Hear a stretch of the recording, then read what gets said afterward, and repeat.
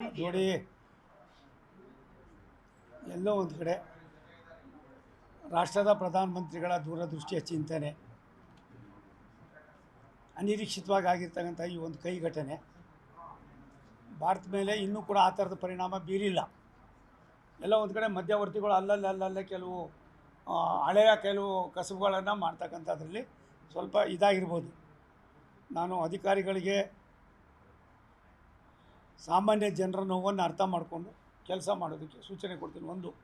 ಎರಡನೇದು, ಗ್ಯಾಸ್ ವಿತರಕರು ಈಗಾಗಲೇ ರಾಜ್ಯದ ಆಹಾರ ಮತ್ತು ನಾಗರಿಕ ಸರಬರಾಜು ಮಂತ್ರಿಗಳಾದ ಮುನಿಯಪ್ಪನವರು ತುಂಬ ಸ್ಪಷ್ಟವಾಗಿ ತಿಳಿಸಿದ್ದಾರೆ.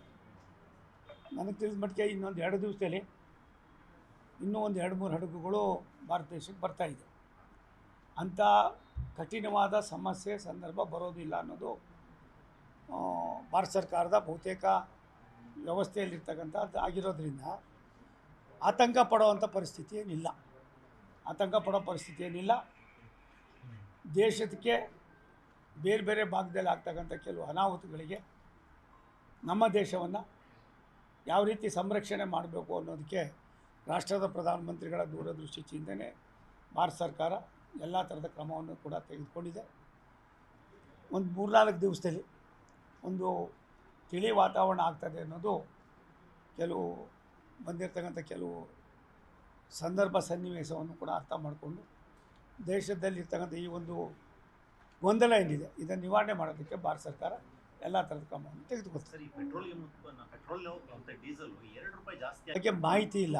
ನಾನು 3 ದಿವಸ ಆಯಿತು ಕರ್ನಾಟಕಕ್ಕೆ ಬಂದು ಬೇರೆ ಬೇರೆ ಭಾಗದಲ್ಲಿ ಸುತ್ತಾಡ್ತಾ ಇದ್ದೀನಿ.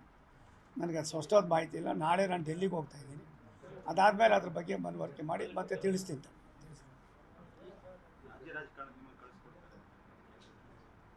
ಚುನಾವಣೆ ಬಂದಿದೆ, 2 ಬೈ ಎಲೆಕ್ಷನ್ ಇದೆ.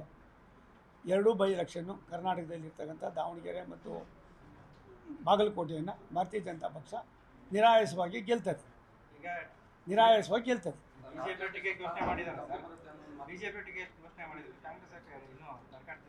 ಅದು ಅವ್ರಿಗೆ ಕೇಳಬೇಕು. ಒಂದು ನಿಮಿಷ ಅಪ್ಪ, ಒಂದು ಕಣೋ, ಕಾಂಗ್ರೆಸ್ನಲ್ಲಿ ಏನಾಗಿದೆ, ಕಾಂಗ್ರೆಸ್ನಲ್ಲಿ ಮನೆಯಲ್ಲಿ ಎಷ್ಟು ಹೆಗಣ ಸೊತ್ತೋಗಿದೆ ಅಂತ ನಾನು ಕೇಳಿದ್ರೆ ನಾನು ಏನು ಗೊತ್ತಿರ್ತದೆ ನನಗೆ ವಾಸನೆ ಗೊತ್ತಿಲ್ಲ.